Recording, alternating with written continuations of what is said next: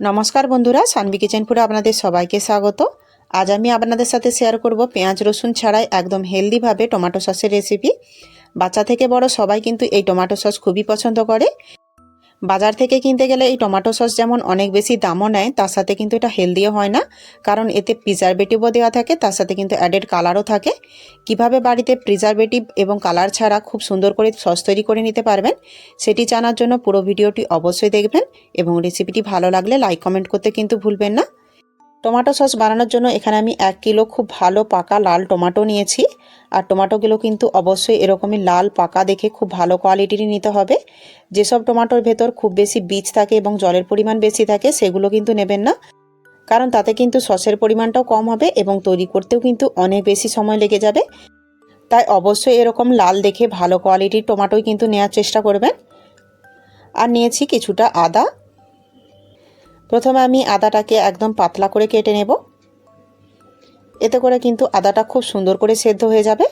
देखुन आदाटाके आमी एकदम पातला करे केटे निয়েছি। एटाके आमी एकटा बाटिर मধ্যে निয়ে निচ্ছি। एबार आमी टमेटोगुलोके एकटु बड़ो बड़ो टुकरो करे केटे नेब এবং टमेटोर भेतरे जे बीजखाने शक्त अंशटा राखे सेटाके किन्तु खूब भालो करे केटे बाद दिये दिते होबे। এই শক্ত অংশটা যদি রেখে দেন তাহলে কিন্তু সসটা খুব তাড়াতাড়ি খারাপ হয়ে যাবে। তাই অবশ্যই কিন্তু টমেটোর এই বীজখানের অংশটা কেটে বাদ দিয়ে দেবেন। টমেটোগুলোকে আমি সবগুলো একই রকম ভাবে কেটে নেব। দেখুন সবগুলো টমেটো আমি একই রকম ভাবে বড় বড় টুকরো করে কেটে নিয়েছি। এবার আমি টমেটোগুলোকে একটা পাত্রের মধ্যে তুলে নিচ্ছি। সবগুলো টমেটো আমি তুলে নিয়েছি, এটাকে আমি এখন সাইডে রেখে দেব। আর এই সসটা যেহেতু বাচ্চারা বেশি খায় সেজন্য ইমিউনিটি বাড়ানোর জন্য এখানে আমি নিয়েছি হাফ স্টার অ্যানিস, নিয়েছি কয়েকটা গোলমরিচ, একটা ছোট এলাচ, নিয়েছি একটা ছোট টুকরো দারচিনি, কয়েকটা লবঙ্গ। এগুলোকে খুব ভালো করে থেঁতো করে নেব। দেখুন গোটা মশলাগুলোকে আমি খুব ভালো করে থেঁতো করে নিয়েছি, তবে এগুলোকে কিন্তু একবারে গুঁড়ো করে নেবেন না, এভাবেই কিন্তু একটু থেঁতো করে নিলেই হবে। এখানে আমি এক টুকরো সুতির কাপড় নিয়েছি। থেঁতো করে রাখা গোটা মশলাগুলো আমি এই কাপড়টার মধ্যে নিয়ে নিচ্ছি। এবার এটাকে খুব ভালো করে টাইট করে বেঁধে একটা পুডলি তৈরি করে নিতে হবে, যাতে টমেটোটা সেদ্ধ করার সময় পুডলিটা খুলে না যায়। দেখুন এটাকে আমি খুব ভালো করে টাইট করে বেঁধে একটা পুডলি তৈরি করে নিয়েছি। সব কিছু আমার একদম রেডি হয়ে গেছে। এবার আমি টমেটোগুলোকে সেদ্ধ করে নেব।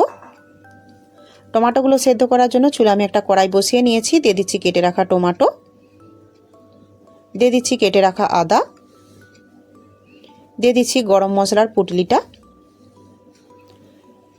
খুব ভালো করে নেড়েচেড়ে এগুলোকে মিশিয়ে নেব। চুলার আঁচটা আমি এখন হাই রেখেছি। এখানে কিন্তু একদমই নুনের ব্যবহার করা যাবে না। দেখুন এটাকে আমি খুব ভালো করে নেড়েচেড়ে মিশিয়ে নিয়েছি। এবার এটাকে ঢাকা দিয়ে মিডিয়াম হাই ফ্লেমে 5 মিনিটের জন্য সেদ্ধ হতে দেব। ফিরে এলাম 5 মিনিট পর। আবারও খুব ভালো করে নেড়েচেড়ে এটাকে মিশিয়ে নেব, যাতে সবগুলো টমেটো খুব সুন্দর করে সমানভাবে সেদ্ধ হয়ে যায়। যে সমস্ত নতুন বন্ধুরা আজকে আমার চ্যানেলে প্রথম এসেছেন এবং চ্যানেলটিকে এখনও পর্যন্ত সাবস্ক্রাইব করেননি, তারা প্লিজ চ্যানেলটিকে সাবস্ক্রাইব করে আমার পাশে থাকবেন এবং পাশে থাকা বেল আইকনটি অবশ্যই অল করে নেবেন, যাতে আমার পরের ভিডিও নোটিফিকেশনটি আপনাদের কাছে পৌঁছে যেতে পারে। এবং রেসিপিটি ভালো লাগলে সুন্দর একটি কমেন্ট করতে কিন্তু ভুলবেন না। দেখুন এটাকে আমি খুব ভালো করে নেড়েচেড়ে মিশিয়ে নিয়েছি। আবারও এটাকে মিডিয়াম আঁচে 5 মিনিটের জন্য ঢেকে রেখে দেব, যাতে টমেটোটা খুব ভালো করে সেদ্ধ হয়ে যায়। ফিরে এলাম 5 মিনিট পর। দেখুন টমেটোগুলো কিন্তু খুব সুন্দর করে সেদ্ধ হয়ে গেছে আর টমেটো থেকে কিন্তু অনেকটা জল বেরিয়ে এসেছে। এবার এটাকে হাই ফ্লেমে ঘন ঘন নেড়ে চেড়ে আরও 2 থেকে 3 মিনিট মতো রান্না করে নেব, যাতে টমেটোর এই জলটা একটু কম হয়ে যায়। এতে করে কিন্তু সসটা যখন তৈরি করব তখন কিন্তু খুব বেশি সময় লাগবে না। দেখুন টমেটোগুলোকে আমি নেড়ে চেড়ে আরও 2 থেকে 3 মিনিট মতো রান্না করে নিয়েছি আর টমেটোর জলটা দেখুন আগে থেকে কিন্তু অনেকটাই কম হয়ে গেছে। এবার চুলার আঁচটা বন্ধ করে এটাকে ঠান্ডা করে নেব। টমেটো সেদ্ধটাকে আমি খুব ভালো করে ঠান্ডা করে নিয়েছি। এবার টমেটোর মধ্যে যে গরম মশলার পুটলিটা দিয়েছিলাম সেটাকে খুব ভালো করে রসটা নিগড়ে নিয়ে সরিয়ে নেব। আর রসটা কিন্তু অবশ্যই খুব ভালো করে নিগড়ে নেবেন, কারণ এর মধ্যে কিন্তু গরম মশলার ফ্লেভারটা অনেকটাই রয়েছে। আর এটা নিগড়ে নিলে খুব ভালো করে কিন্তু গরম মশলার ফ্লেভারটা এর মধ্যে এসে যাবে। দেখুন এটাকে আমি খুব ভালো করে নিগড়ে রসটা বের করে নিয়েছি। এবার এটাকে ফেলে দেব। এবার এটাকে আমি খুব ভালো করে বেটে নেব। তার জন্য একটা গ্রাইন্ডিং জার নিয়ে নিয়েছি। এবারে সেদ্ধ করে রাখা টমেটোটা একটা চামচের সাহায্যে গ্রাইন্ডিং জারের মধ্যে নিয়ে নিচ্ছি। আর টমেটোটা বাটার আগে কিন্তু অবশ্যই খুব ভালো করে ঠান্ডা করে নিতে হবে। দেখুন অর্ধেকটা টমেটো সেদ্ধ আমি গ্রাইন্ডিং জারের মধ্যে নিয়ে নিয়েছি। এবার এটাকে খুব ভালো করে স্মুথ করে বেটে নেব। দেখুন টমেটোটাকে আমি খুব ভালো করে বেটে নিয়েছি। এবার আমি এটাকে একটা স্ট্রেনারের উপর ঢেলে নিচ্ছি।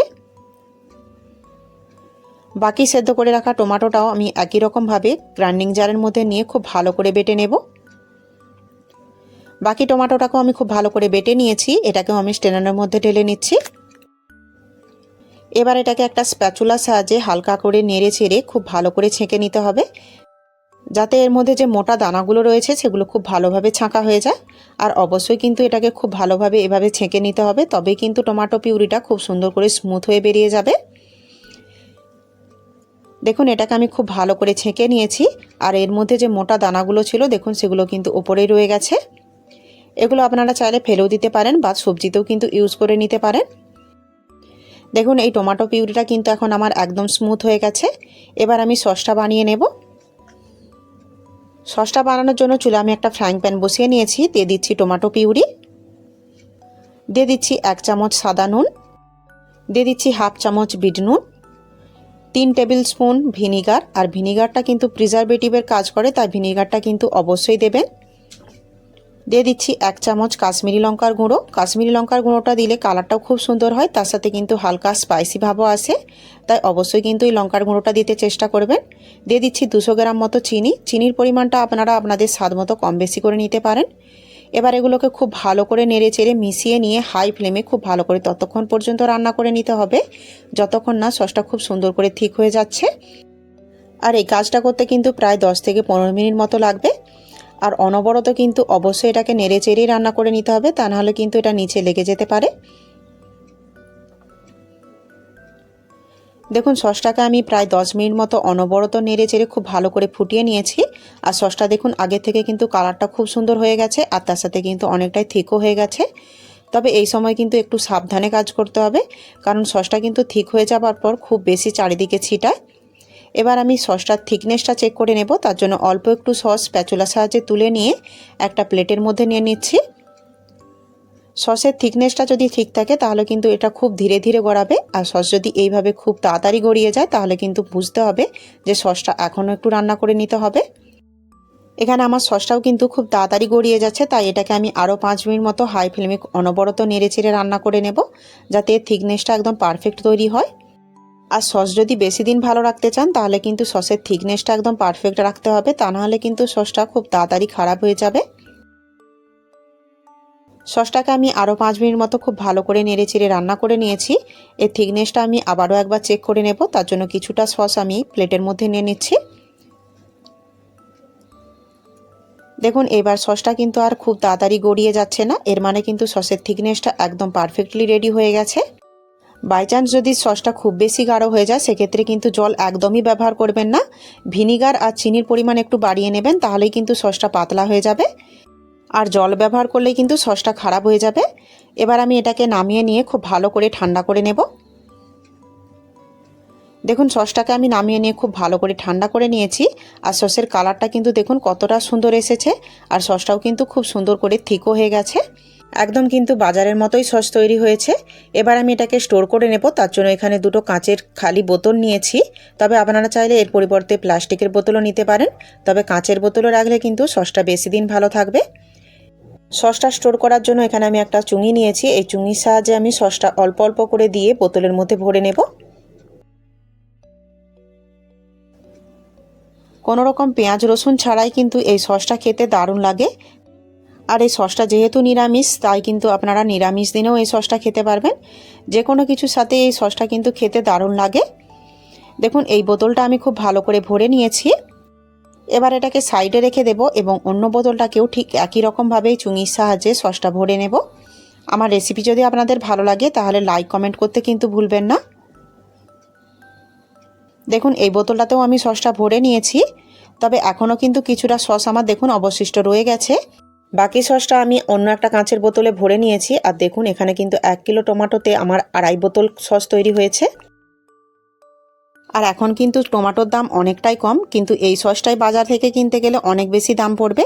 তাই এভাবে আপনারা অবশ্যই বাড়িতে টমেটো সস বানিয়ে রাখবেন। আর এই সস বানিয়ে কিন্তু আপনারা প্রায় 2 মাস পর্যন্ত ফ্রিজে রেখে সংরক্ষণ করেও খেতে পারবেন। দেখুন কোনো রকম অ্যাডেড কালার ছাড়াই সসের কালারটা ঠিক কতটা সুন্দর এসেছে, আর খেতেও কিন্তু দারুণ লাগে। কোনো রকম প্রিজারভেটিভ ছাড়াই কিন্তু এই সসটা আপনারা ফ্রিজে রেখে 2 মাস পর্যন্ত সংরক্ষণ করে খেতে পারবেন, এবং এটা কিন্তু আপনারা রান্নার কাজেও ব্যবহার করতে পারবেন। আমার রেসিপি যদি আপনাদের ভালো লাগে তাহলে প্লিজ লাইক শেয়ার এবং সাবস্ক্রাইব করে আমার পাশে থাকবেন, এবং পাশে থাকা বেল আইকনটিও অবশ্যই অল করে নেবেন, যাতে আমার পরের ভিডিওর নোটিফিকেশানটি আপনাদের কাছে পৌঁছে যেতে পারে। এবং আমার রেসিপিটি ভালো লাগলে সুন্দর একটি কমেন্ট করতে কিন্তু ভুলবেন না। পুরো ভিডিওটি দেখার জন্য আপনাদেরকে অসংখ্য ধন্যবাদ। ভালো থাকবেন, সুস্থ থাকবেন। দেখা হচ্ছে পরের ভিডিওতে।